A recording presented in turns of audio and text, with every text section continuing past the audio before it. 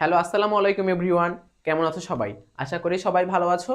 তোমাদের সবাইকে আবারও স্বাগতম রেসবি ইএমএস একাডেমির নতুন আরেকটি ভিডিওতে।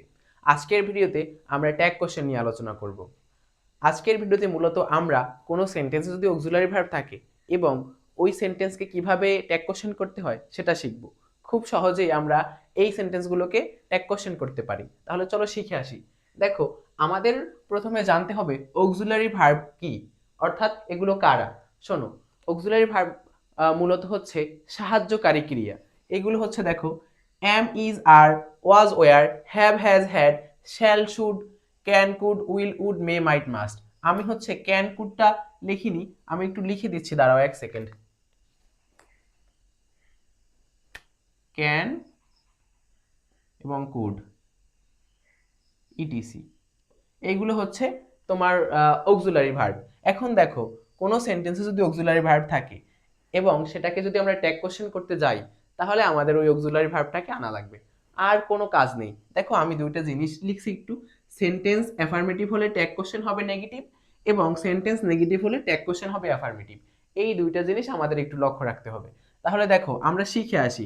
Birds can fly, birds can fly, পাখিরা উঠতে পারে। আচ্ছা দেখো তো ভাইয়েরা, এই সেন্টেন্সে কোনো অক্সিলারি ভার্ব আছে কিনা বলো তো। হ্যাঁ, এই যে ক্যান, এই ক্যান হচ্ছে অক্সিলারি ভার্ব। তাহলে আমাদের এই সেন্টেন্সকে যদি আমরা হচ্ছে ট্যাগ কোশ্চেন করতে যাই, তাহলে আমাদের এই অক্সিলারি ভার্বটাকে আনা লাগবে, ক্যান। আমরা অক্সিলারি ভার্ব নিয়ে আসছি। এখন দেখো, বার্ডস ক্যান ফ্লাই, পাখিরা উঠতে পারে, এটা কি নেগেটিভ সেন্টেন্স নাকি অ্যাফার্মেটিভ সেন্টেন্স? অর্থাৎ হ্যাঁ বোধক নাকি না বোধক? অবশ্যই এটা হ্যাঁ বোধক। তাহলে আমরা ট্যাগ কোশ্চেনে করব নেগেটিভ। তাহলে ক্যান্ট, ক্যানের নেগেটিভ হচ্ছে ক্যান্ট। এখন এখানে সাবজেক্ট কে বলতো ভাইয়ারা? সাবজেক্ট হচ্ছে না বার্ডস, বার্ডসের পরিবর্তে আমরা বসাবো হচ্ছে দে, ক্যান্ট দে। হয়ে গেল। যদি কোনো বস্তুবাচক, অর্থাৎ তোমার হচ্ছে ছোট জিনিস বোঝায়, তাহলে তা আমরা সবসময় বসাবো হচ্ছে ইট, এবং কোনো ব্যক্তিবাচক অথবা প্রাণীবাচক বোঝালে আমরা বসাবো দে। বুঝতে পারছো?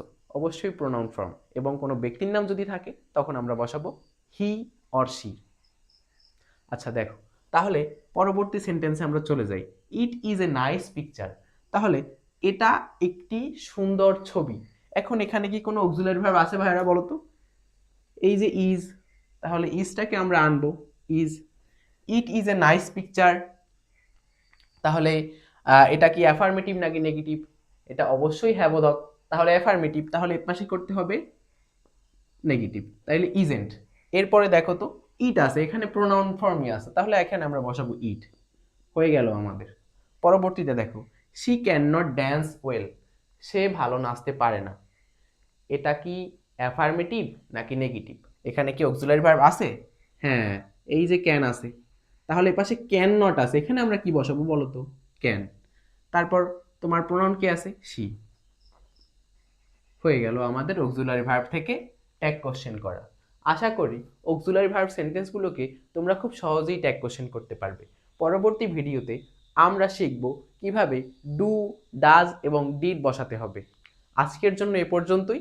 ততক্ষণ পর্যন্ত সবাই ভালো থাকো, সুস্থ থাকো। আল্লাহ হাফেজ।